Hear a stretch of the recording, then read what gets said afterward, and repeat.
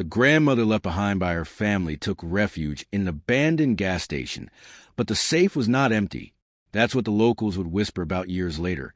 But nobody really knew the whole truth except for Martha Henderson herself. At 73 years old, with silver hair that she kept in practical bun and hands weathered from decades of hard work, Martha never imagined she'd end up homeless. But life has a funny way of throwing curveballs when you least expect them. It started on a Tuesday morning in October, when her son Derek showed up at the little apartment she'd been renting for the past 5 years. He had that look on his face, the one she'd learned to recognize over the years. The look that said he needed something, but didn't want to ask directly.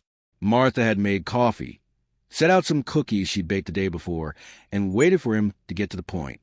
"Mom, we need to talk," Derek had said, stirring his coffee for the third time without taking a sip. His wife Jennifer sat beside him, her face a mask of practiced sympathy that didn't quite reach her eyes. "It's about your living situation." Martha's heart had sunk right then. She knew what was coming. The apartment building was being sold, and the new owners were planning to renovate and triple the rent. At her age, living on Social Security and a tiny pension from the factory where she'd worked for 30 years, there was no way she could afford the new rate. "We'd love to have you come stay with us," Derek continued, and Martha noticed how Jennifer's hand tightened around her coffee mug.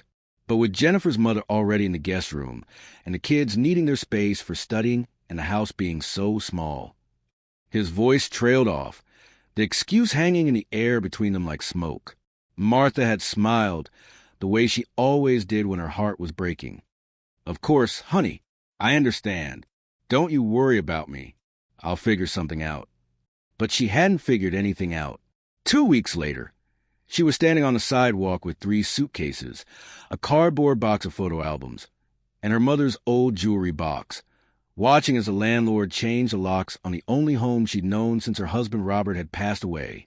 Her daughter Lisa hadn't returned her calls in weeks. Her other son, Michael, was overseas with the military and couldn't help even if he wanted to. For 3 days, Martha had slept in the waiting room of the Greyhound bus station, telling anyone who asked that she was waiting for a delayed bus.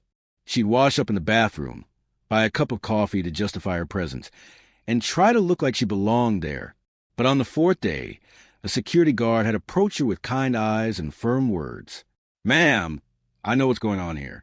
I'm sorry, but I can't let you stay anymore. It's policy."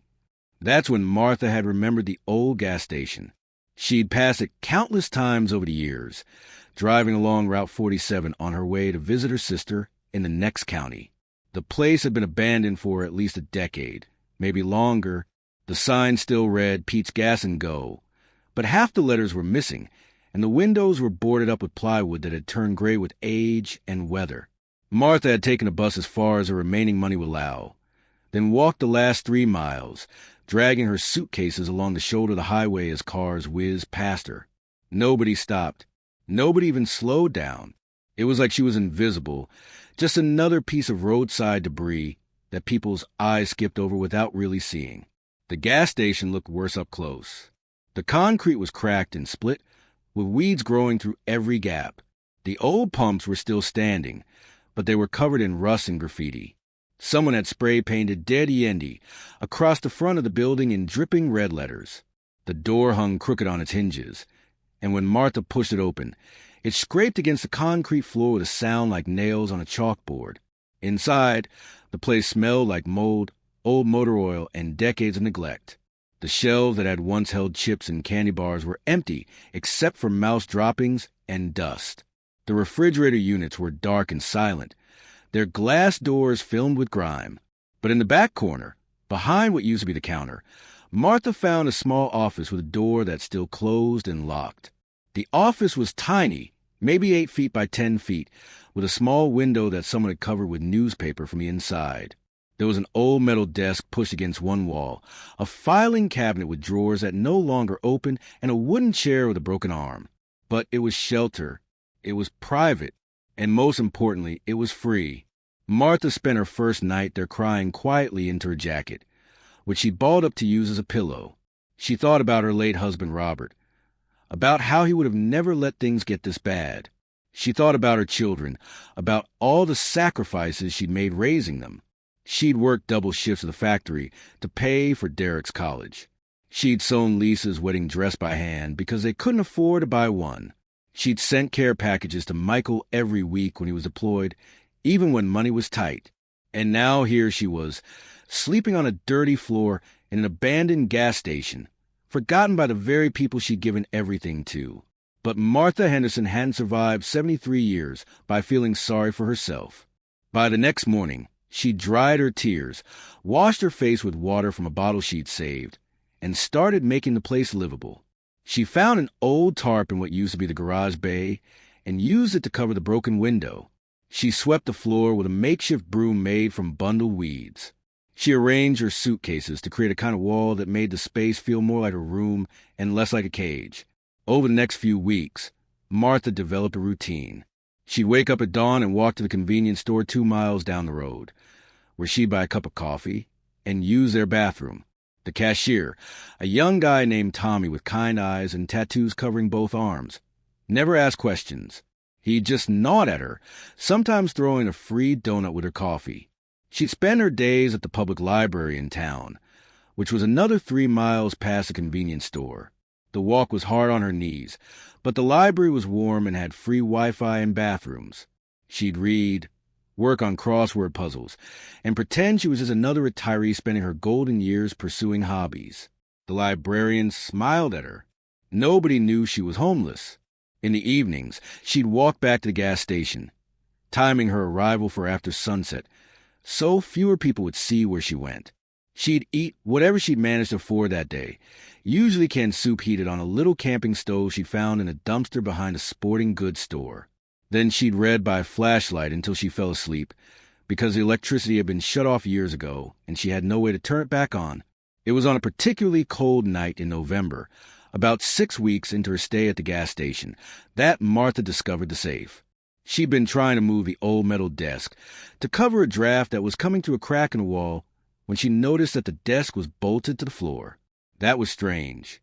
Why would anyone bolt a desk down in a tiny office? Martha got down on her hands and knees, her joints protesting, and looked underneath the desk. That's when she saw it, a metal panel in the floor, partially hidden by years of dirt and grime.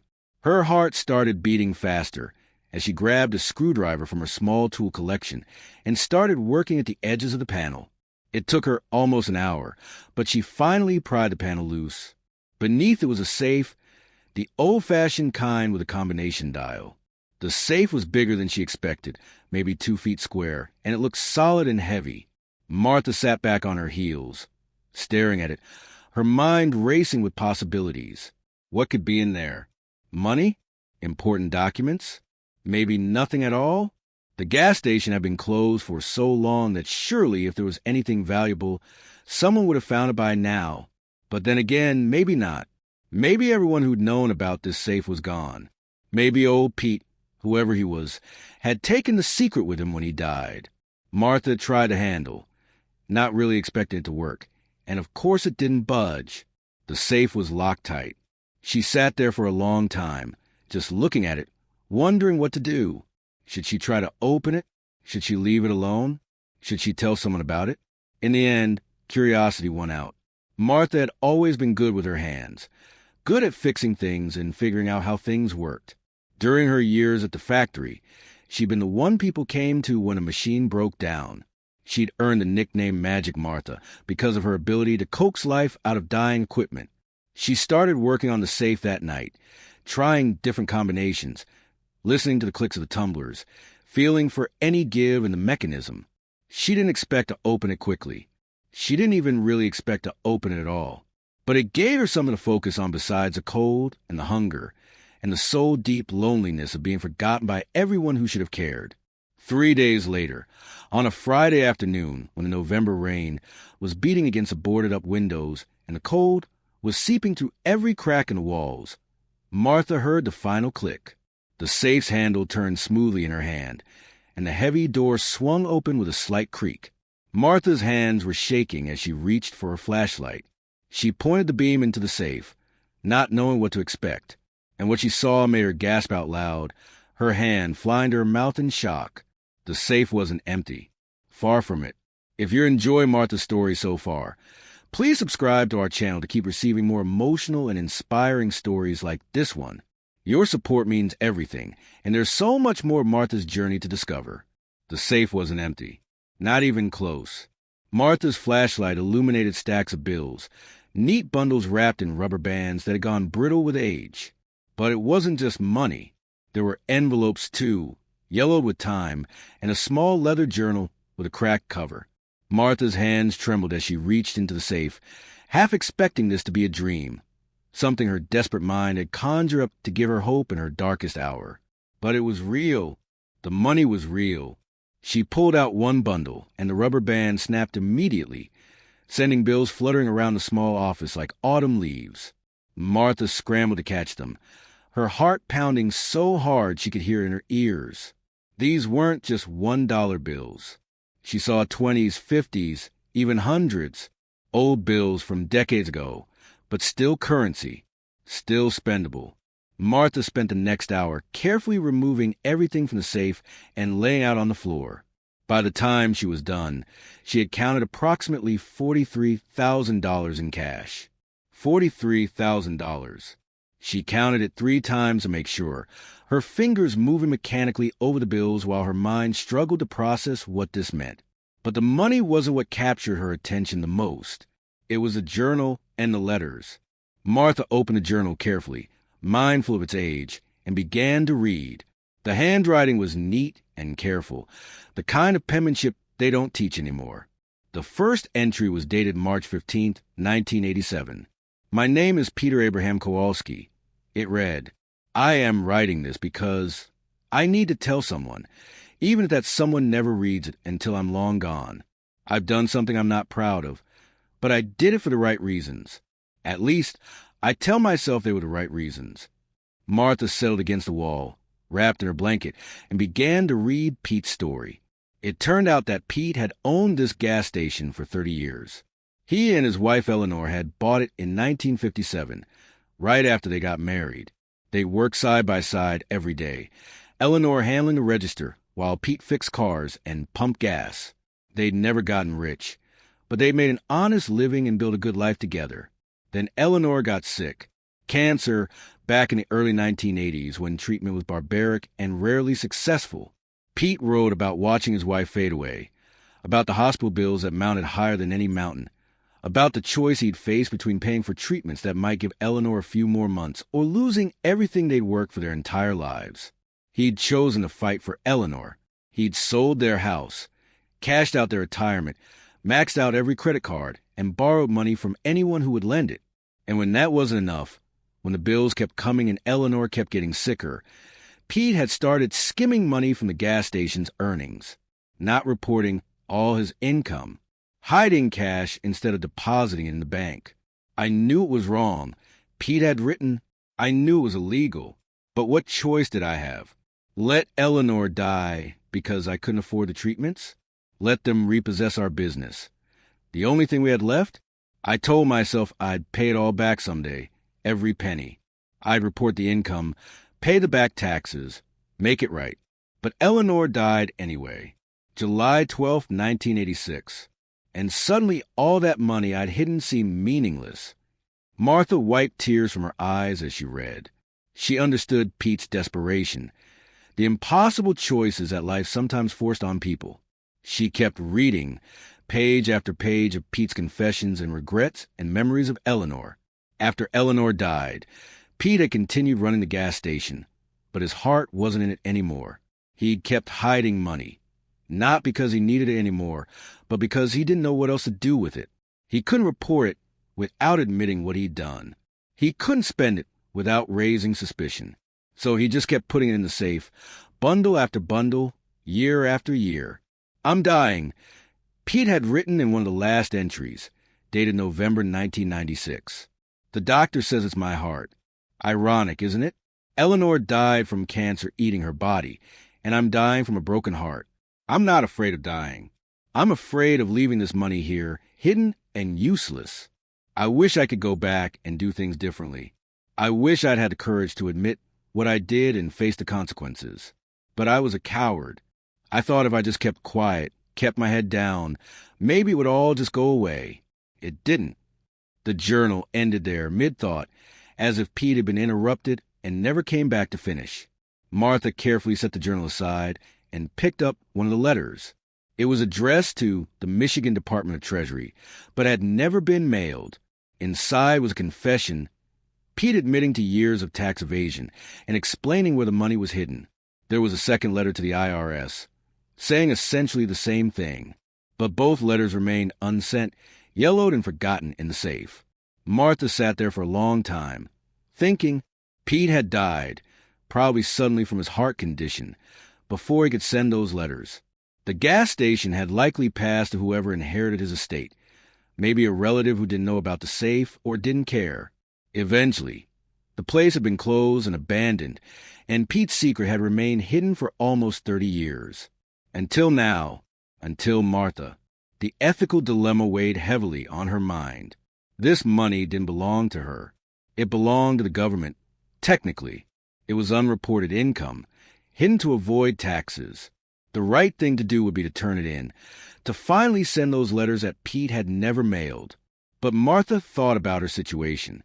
She thought about sleeping on this cold floor, about walking miles every day just to use a bathroom, about the gnawing hunger that was her constant companion, because she couldn't afford to eat properly. She thought about her children, who had abandoned her without a second thought. She thought about Derek's excuse-laden face, about Lisa's unreturned phone calls, about dying alone and forgotten in this abandoned gas station. She thought about Pete and Eleanor, about the impossible choices they'd faced, about how life sometimes backs people into corners where there are no good options, only less bad ones. Martha made her decision.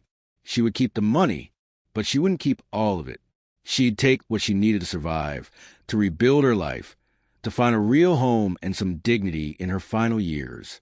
The rest, she'd donate anonymously, to cancer research in Eleanor's name, to programs that help the elderly, to organizations that work to make sure no one else had to face the choices that Pete and Eleanor had faced.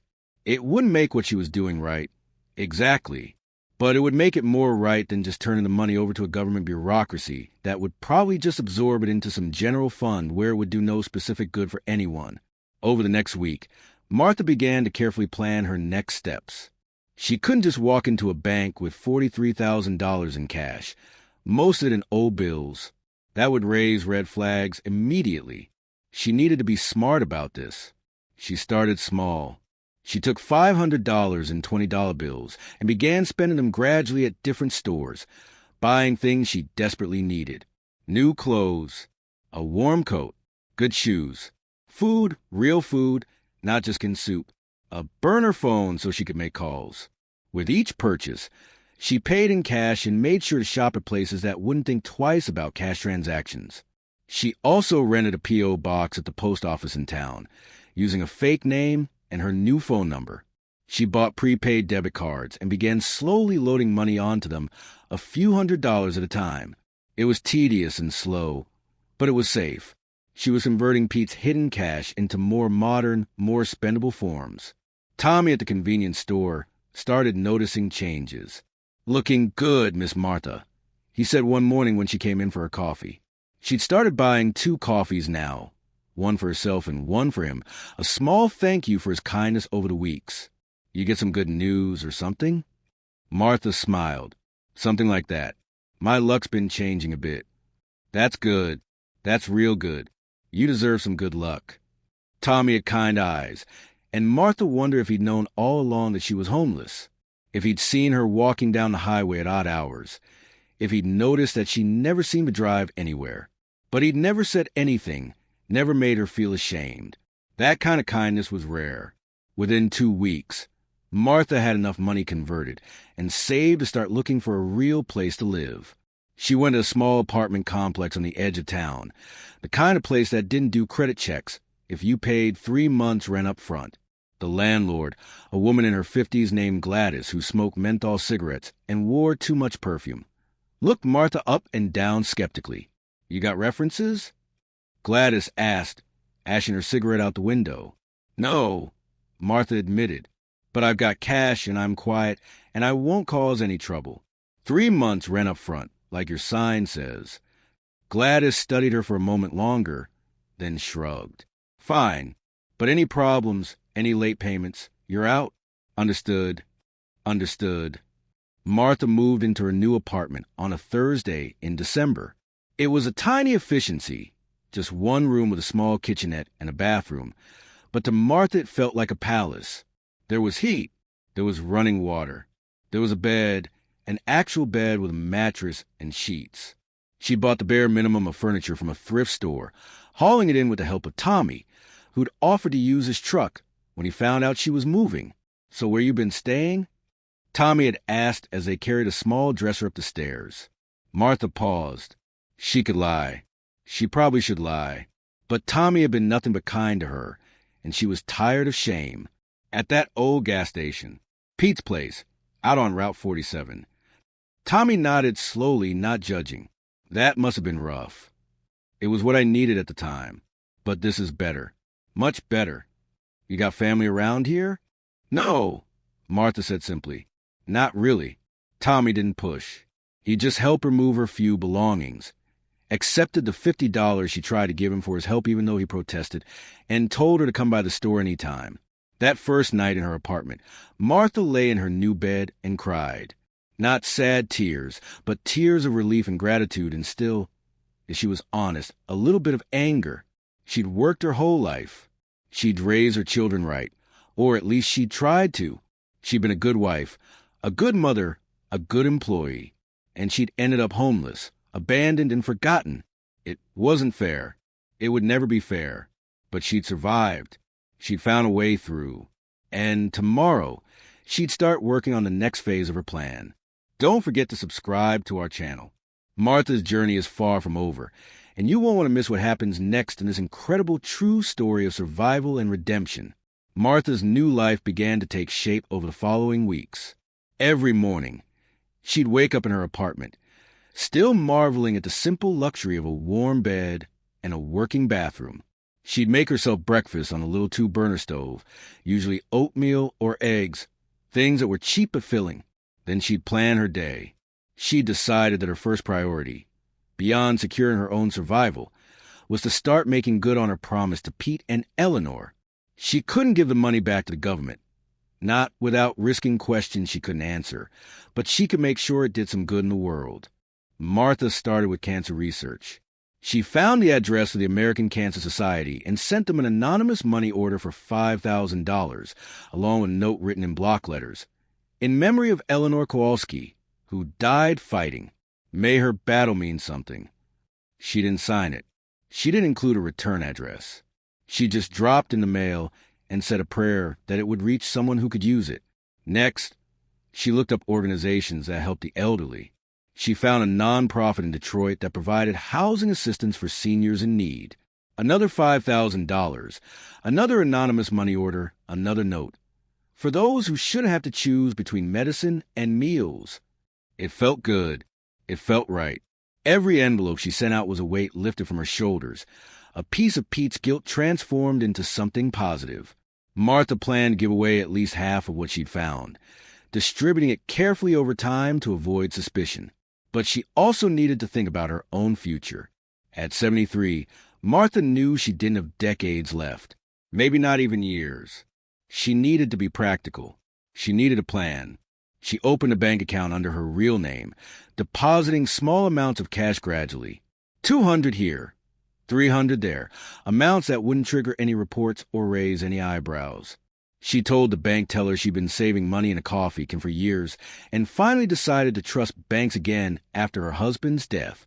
The teller smiled and nodded, not questioning the story at all. Martha also started volunteering at the public library. It gave her days structure and purpose. She'd help reshelve books, assist patrons with computers, and read stories to kids during the weekly children's hour. The head librarian, a woman named Dorothy who wore colorful scarves and sensible shoes, was thrilled to have the help. "You're wonderful with the children," Dorothy told her one day. "Have you thought about volunteering more regularly? We could really use someone like you." Martha had smiled. "I'd love that." The library became her sanctuary. She loved the smell of books, The quiet rustle of pages turning, the way sunlight streamed to the tall windows in the afternoon. She loved helping people find what they were looking for, whether it was a specific novel or just information on how to file their taxes online. One regular patron was a young mother named Sarah who came in twice a week with her 3 kids. The oldest was maybe 7, the youngest still in a stroller. Sarah always looked exhausted, dark circles under her eyes, clothes that were clean but worn. Martha recognized the signs of someone barely holding on. One day, Martha noticed Sarah looking at the job postings on the library bulletin board with an expression of quiet desperation. Her kids were playing in the children's section, and Sarah stood there for a long time, just staring at the papers pinned to the corkboard. Looking for work? Martha asked gently, approaching with a book cart as if she just happened to be passing by. Sarah jumped slightly, then nodded. Yeah, my husband left 6 months ago. I've been working nights at a diner, but the child care costs are eating up everything I make. I need something with better hours, but nobody wants to hire someone with no college degree and 3 kids. Martha's heart ached for her. She saw herself in Sarah, saw the desperation and the determination, the fear of not being able to provide for your children. What kind of work are you looking for? Honestly, anything. Reception, cleaning, retail. I'm not picky. I just need something that pays enough to keep a roof over our heads. They talked for a while, and Martha learned that Sarah was 2 months behind on rent. The landlord was threatening eviction. Sarah's car had broken down, and she couldn't afford to fix it. She was walking to work, to the library, everywhere, with 3 kids in tow. That night, Martha went home and thought about Sarah. She thought about those 3 kids who didn't deserve to be homeless because their father was a deadbeat and their mother was doing her best but drowning anyway. She thought about her own children, about how she'd sacrificed for them, and about how they'd thanked her by abandoning her when she needed them most. The next time Sarah came to the library, Martha was waiting. She had an envelope, sealed and unmarked. She pulled Sarah aside, away from the kids, and pressed it into her hands. "What's this?" Sarah asked, confused. "It's help. $2,000. It's not a loan, it's a gift. Use it to catch up on your rent. Fix your car, whatever you need most." Sarah's eyes went wide. She tried to push the envelope back. "I can't accept this. That's too much. I don't even know you." "That's exactly why you can accept it," Martha said firmly. "I'm not doing this because I expect anything back. I'm doing it because someone should, and I can. Your kids need you to take this money and use it to keep your family together." Sarah started crying right there in the library. Martha hugged her, this young woman she barely knew, and felt Sarah's tears soaking into her shoulder. "I don't know how to thank you," Sarah whispered. "You thank me by doing the same thing for someone else someday. When you're able to, you pay it forward." Word got around. Somehow, Martha wasn't sure how, because Sarah swore she hadn't told anyone. But people started coming to the library, people who looked like they were barely hanging on, and they'd seek Martha out. A single father whose daughter needed expensive medication, an elderly man who couldn't afford his winter heating bills, a teenage girl trying to escape an abusive home. Martha helped them all within reason. She couldn't save everyone, she knew that, but she could make a difference here and there, one person at a time. She was careful not to give too much to any one person, not to attract attention or create expectations. But she gave enough to matter, enough to change lives. The gas station, meanwhile, still stood empty on Route 47. Martha went back once, in late December, to make sure she hadn't left anything behind. The little office where she'd spent those cold, desperate weeks looked even more desolate now that she wasn't living in it. The tarp she'd used to cover the window had blown down. The camping stove was gone, probably taken by another homeless person seeking shelter. But the safe was still there, hidden under the desk, empty now except for Pete's journal and those unsent letters. Martha had taken those with her. She felt like they were important, like Pete's story deserved to be remembered even if it could never be told publicly. She stood in that office for a while, remembering the cold and the fear and the shame, remembering the night she'd opened that safe and felt her entire world shift, remembering Pete's words in his journal. about doing wrong things for right reasons and living with the guilt. "I don't know if I'm doing the right thing, Pete," she said out loud to the empty room. "But I'm trying. I'm trying to make your money mean something. I'm trying to honor what you and Eleanor went through. I hope that counts for something." The empty room didn't answer, but Martha felt a sense of peace anyway. She locked the office door behind her when she left, knowing she'd probably never come back. Christmas came and went quietly. Martha spent alone in her apartment, eating a small turkey breast she'd roasted and watching old movies on the television she'd bought at a thrift store. She thought about calling Derek, about reaching out to Lisa one more time, but she didn't. They'd made their choice. They'd abandoned her when she needed them most. She didn't owe them anything, least of all her forgiveness. In January, something unexpected happened. Tommy from the convenience store knocked on her door one evening, looking nervous. "Miss Martha? I hope this isn't weird, me showing up like this. I got your address from your job application, remember? When you first started coming to the store." "It's fine, Tommy. What's wrong?" Martha could see the worry on his face. "It's my mom. She's sick, really sick. Cancer. The doctors say she needs treatment, but our insurance won't cover all of it, and I don't have the money, and I'm working 2 jobs already, and I don't know what to do." The words came out in a rush, all jumbled together with fear and exhaustion. Martha remembered Tommy's kindness. The free donuts. The way he'd never made her feel less than human when she was homeless. The way he'd helped her move without asking questions. She invited him in, made him sit down, made him some tea even though he looked like he wanted a pace. "How much do you need?" she asked. $15,000 for the first round of treatments. Maybe more later. I've been trying to set up a GoFundMe, but it's only raised $300 so far, and time's running out, and... He put his face in his hands. Martha went to her bedroom and came back with an envelope. "This is $10,000. It's all cash. Take it to the hospital. Pay for your mother's treatment."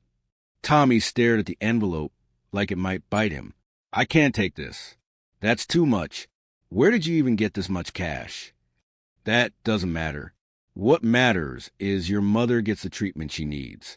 My late husband, Robert, died of cancer. I know what it's like to watch someone you love fade away. I know what it's like to feel helpless. Take the money, Tommy. But how will I ever pay you back?" "You won't. You'll just keep being kind to people. The way you were kind to me. You'll help the next person who walks into your store, looking lost and scared and desperate. That's how you pay me back." Tommy took the money with shaking hands. He hugged Martha so hard he lifted her off her feet, this tough-looking kid with tattoos and a mohawk crying on her shoulder like a child. "You saved her life," he kept saying. "You saved my mom's life." After Tommy left, Martha sat in her apartment and felt something she hadn't felt in a long time. She felt useful. She felt like her life had purpose again, not because of her children, who'd forgotten her, not because of her work, which was decades behind her, but because she could help people. Because she'd been given this strange, morally complicated gift, and she was choosing to use it for good. Remember to subscribe to our channel to follow Martha's incredible journey and discover more heartwarming stories that prove it's never too late to make a difference in the world. By February, Martha had developed a quiet reputation around town as someone who could help when times were tough. People didn't know where her money came from. They just knew that if you were desperate enough and your story was genuine, Miss Martha might be able to assist. She became something of an urban legend, this elderly woman who showed up when you needed her most, like some kind of guardian angel in sensible shoes. But Martha was careful. She never gave her address to anyone except Tommy. She never used her real name when making donations. She varied where she bought money orders, which post offices she used, which banks she visited. She understood that what she was doing existed in a legal gray area, teetering between generosity and money laundering, between charity and fraud. The truth was, she tried not to think too hard about the legality of it all. She wasn't hurting anyone. The money had been sitting in that safe for almost 30 years, doing nobody any good. The government had already lost its chance to collect those taxes decades ago, and the people she was helping needed it now. Today, in ways that were immediate and life-changing. Dorothy at the library pulled her aside one day in March. They were in the back room, processing new arrivals, and Dorothy had that look on her face that meant she wanted to talk about something serious. "Martha, can I ask you something personal?" Martha's stomach tightened, but she kept her expression neutral. "Of course. Where does the money come from?" "The money you're giving people." There it was. The question Martha had been dreading. She could lie. She probably should lie. But Dorothy had been nothing but kind to her, and Martha was tired of lying. She just wasn't sure how much truth she could tell. "I came into some money unexpectedly," Martha said carefully. "An inheritance of sorts. It's not stolen, if that's what you're worried about, but it's complicated." Dorothy studied her for a long moment. "I'm not asking because I'm judging you. I'm asking because I want to help. There are legal ways to give money to people in need, ways that protect you and them. Have you thought about setting up a foundation or working with existing charities?" Martha hadn't thought about that. She'd been so focused on staying under the radar, on not attracting attention, that she hadn't considered there might be legitimate ways to distribute Pete's money. Over the next few weeks, with Dorothy's help, Martha began to understand the world of charitable giving. Dorothy introduced her to a lawyer friend named Marcus Chun, who specialized in nonprofit law. Marcus was in his 40s, sharp-minded and compassionate, and he listened to Martha's carefully edited version of her story without judgment.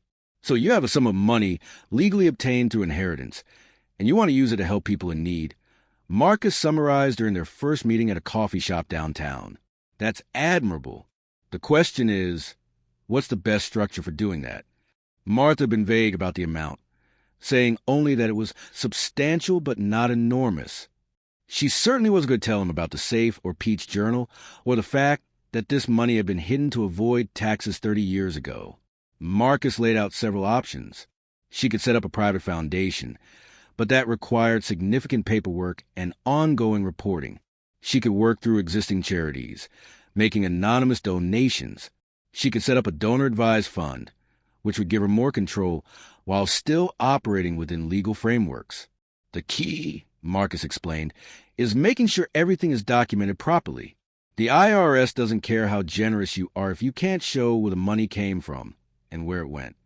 That was the problem, of course. Martha couldn't fully document where the money came from. She'd been slowly feeding it into the banking system, but there were limits to how much cash you could deposit without raising red flags.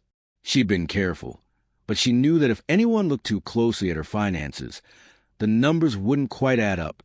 In the end, Martha decided to keep doing what she'd been doing, just more carefully. She thanked Marcus for his time and paid for his consultation in cash, which made him raise an eyebrow, but he didn't comment. She'd continue making small, anonymous donations. She'd continue helping individuals directly when the need was clear and immediate. It wasn't perfect, but it was working. Spring arrived, bringing warmer weather and new life to the town.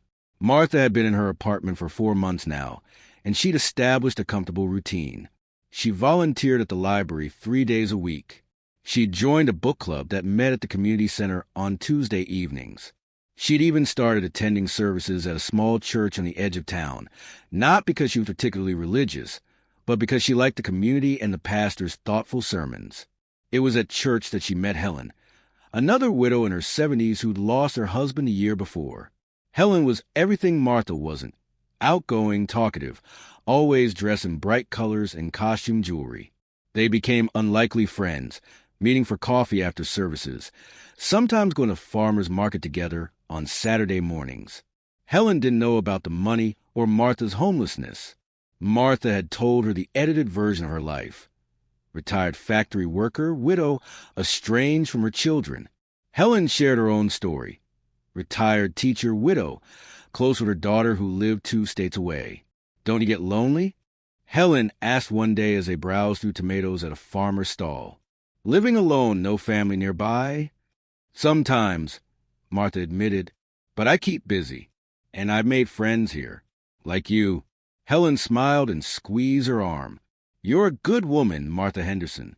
I don't know what brought you to our little town, but I'm glad you're here." If only Helen knew the real story, Martha thought. But some secrets were better kept. In May, Martha got a phone call that changed everything. She'd been washing dishes after lunch when her cell phone rang, an unknown number. She almost didn't answer it, had her thumb hovering over the decline button, but something made her accept the call. Mom! Martha froze. She knew that voice. Lisa, her daughter, who hadn't called in almost 8 months. Lisa? Martha's voice came out shakier than she wanted. Mom, I need to talk to you. Can we meet somewhere? Please. Martha's first instinct was to say no, to tell Lisa that you don't get to abandon your mother and then call out of the blue asking for favors. But curiosity won out. Where are you? I'm in town. At the coffee shop on Main Street, the one near the library. Lisa was here? In town? How did she even know where Martha was? I'll be there in 20 minutes. Martha changed into nicer clothes, her hand shaking slightly as she buttoned her blouse. She didn't know what Lisa wanted, but she suspected it wasn't good. People only called after months of silence when they needed something. The coffee shop was moderately busy when Martha arrived. She spotted Lisa immediately, sitting at a corner table, looking older than Martha remembered. There were streaks of gray in her dark hair, lines around her eyes that hadn't been there a year ago. Mom. Lisa stood up, and for a moment Martha thought she was going to hug her, but the moment passed, and they both sat down awkwardly. How did you find me? Martha asked. I hired a private investigator. It took him 3 weeks, but he tracked you down. Lisa's hands were wrapped around a coffee cup, knuckles white. Mom, I'm sorry. I'm so sorry for what happened, for not being there when you needed me. Martha waited.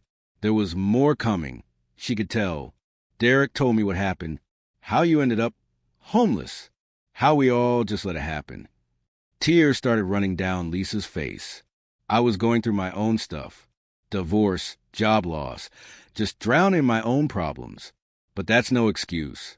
You're my mother. I should have been there. Yes, you should have, Martha said quietly. But you weren't. None of you were. I know, and I can never make that right. But I want to try. I want you to come live with me. I've got a house now, a good job. You'd have your own room, your own space. Please, Mom, let me take care of you the way you took care of me.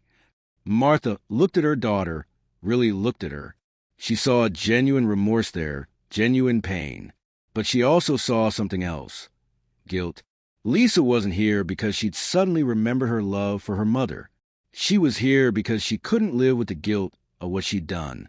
I appreciate the offer, Martha said slowly, but I'm fine where I am. I have an apartment, friends, a life here. Lisa looked confused. An apartment? How? I thought you were homeless. The investigator said you were staying at some abandoned gas station. I was, for a while, but things change. I'm doing okay now. But your Social Security can barely cover a decent apartment. Are you working? At your age? Martha bristled at the tone. I manage. You don't need to worry about me anymore. Lisa, I've learned to take care of myself.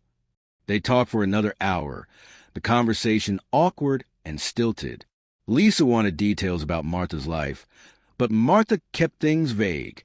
Yes, she had an apartment. Yes, she could afford it. No, she didn't need money. No, she didn't want to move. Finally, Lisa pulled out an envelope. This is from Derek, too. He wanted me to give it to you. It's $5,000. For all those months you struggled, for all the times we should have helped but didn't. Martha looked at the envelope but didn't take it. $5,000. Less than what she'd given Tommy for his mother's treatment. Less than what she'd sent to cancer research in Eleanor's name. It felt like too little, too late. Keep it, Martha said. Give it to charity. Give it to someone who needs it more than I do. Mom, please, let us help you. You can help me by living your life and being happy. That's all I ever wanted for you kids. Not money, not guilt-driven visits. Just happiness. Martha left the coffee shop with Lisa still sitting there, the envelope on the table between them. She walked back to her apartment feeling lighter somehow, like she closed a door that had been left open too long. That night, she pulled out Pete's journal again. She'd read it so many times she practically had it memorized, but she read it again anyway. Pete writing about Eleanor, about choices and consequences, about trying to do right even when everything felt wrong. "I think I understand you now, Pete," Martha said to the empty room. "I think I understand why you kept that money hidden. Not because you were greedy or selfish, but because you were scared. Scared of judgment, scared of consequences, scared of losing what little you had left."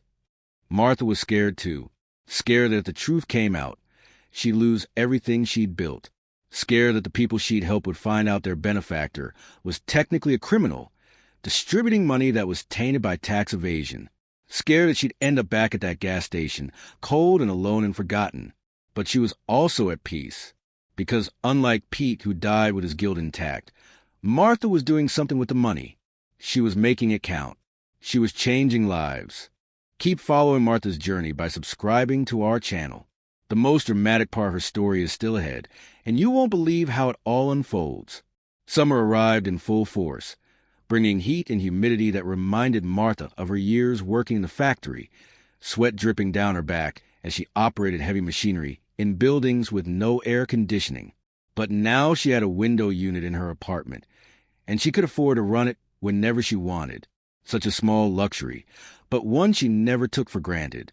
Martha had given away more than half of Pete's money by July. She'd helped 37 people directly that she knew of, probably more through the anonymous donations she'd made to various organizations. She kept careful records in a notebook she hid in her apartment, documenting every dollar spent, not for the IRS, but for herself, for Pete, so that someone would know what had become of that money hidden in the safe. Tommy's mother had completed her cancer treatments and was in remission. Sarah, the young mother from the library, had gotten a good job as a receptionist at a dental office and caught up on all her bills. The elderly man with heating bill problems had made it through the winter and was doing well. The teenage girl escaping abuse was living with a foster family and doing well in school. Every person Martha helped felt like a small redemption, not just for Pete, but for herself. She couldn't change what her children had done to her. She couldn't erase the weeks she'd spent homeless and terrified. But she could make sure other people didn't suffer the same way if she had the power to prevent it. In August, something happened that Martha had been dreading. A woman showed up at the library asking for her by name. The woman was in her 60s, well-dressed, with sharp eyes and an official-looking briefcase. She introduced herself as Patricia Morrison, a private investigator. Dorothy came to find Martha in the children's section, where she was reading What the Wild Things Are to a group of kids. "Martha, there's someone here to see you. Says it's important." Martha's heart sank. She finished the story, keeping her voice steady even though her hands were shaking, then went to meet Patricia in the library's small conference room. "Miss Henderson, thank you for seeing me," Patricia said, shaking Martha's hand with a firm grip. "I've been hired by the estate attorneys handling the closure of Peter Kowalski's estate. You know who that is." Martha kept her face neutral. "Should I?" Peter Kowalski owned the gas station out on Route 47. Pete's Gas and Go closed down about 20 years ago after he died. Well, the property's finally being sold, and the new owners found something interesting during their inspection. Martha's mouth went dry. "Oh!" A safe, hidden under a desk in the back office. Empty, but there were some documents inside. A journal, some letters. Very interesting reading, Miss Henderson. Pete confessed to hiding approximately $43,000 in cash in that safe. Cash that was never reported, never taxed. "I don't see what this has to do with me," Martha said, proud that her voice didn't shake. Patricia smiled slightly. "Well, that's where things get interesting. The new owners asked around town about who might have accessed that gas station recently. Several people mentioned seeing an elderly woman staying there late last year, a woman matching your description. And then, suddenly, you appeared in town with money to spend. You rented an apartment, bought furniture, started helping people financially, all within weeks of the safe being discovered." Martha said nothing. There was nothing to say that wouldn't incriminate her. Patricia leaned forward. "Here's the thing, Miss Henderson. I'm not with the IRS. I'm not law enforcement. I work for the estate, and the estate has a problem. That money Pete hid? It should have been part of his estate when he died. It should have gone to his niece, who inherited everything else. But it didn't because it was hidden. So, what do you want from me? Martha asked. The truth. Did you find that money? Martha thought about lying. She thought about denying everything, playing a confused elderly woman card. But she was tired of lying, tired of hiding. And there was something in Patricia's eyes that made her think honesty might be the better option.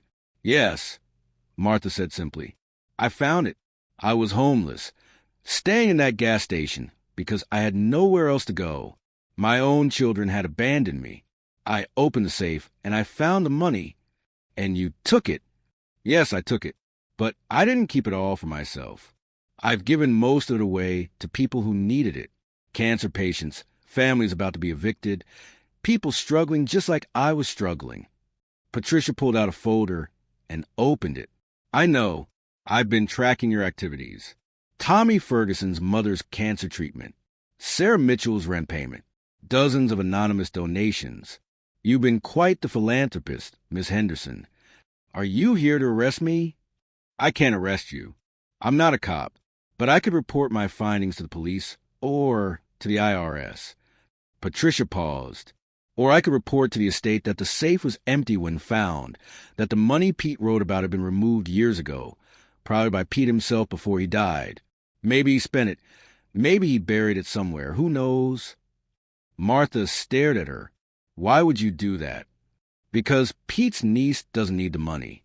She's a wealthy woman, inherited a fortune from her other uncle, and because what you've been doing with that money is more valuable than anything the state would do with it. They'd take it, pay the back taxes and penalties, and whatever was left would sit in the niece's investment portfolio, earning interest she'll never spend. So what happens now? Patricia closed her folder. Now you listen very carefully. You stop handling cash. Any money you have left, you deposit it in small amounts over time, different banks, different locations. You set up legitimate charitable giving channels through existing nonprofits. You keep helping people, but you do it smart. And you never, ever tell anyone this story. Why are you helping me? Patricia stood up to leave. Because 20 years ago, my sister died of cancer. The medical bills bankrupted our family. My parents lost their house. I know what it's like to watch someone suffer, because you can't afford to save them. What you're doing matters, Miss Henderson. Don't screw it up by being careless. After Patricia left, Martha sat in that conference room for a long time, her hands shaking with relief and residual fear. She'd come so close to losing everything. But somehow, impossibly, she'd been given a second chance.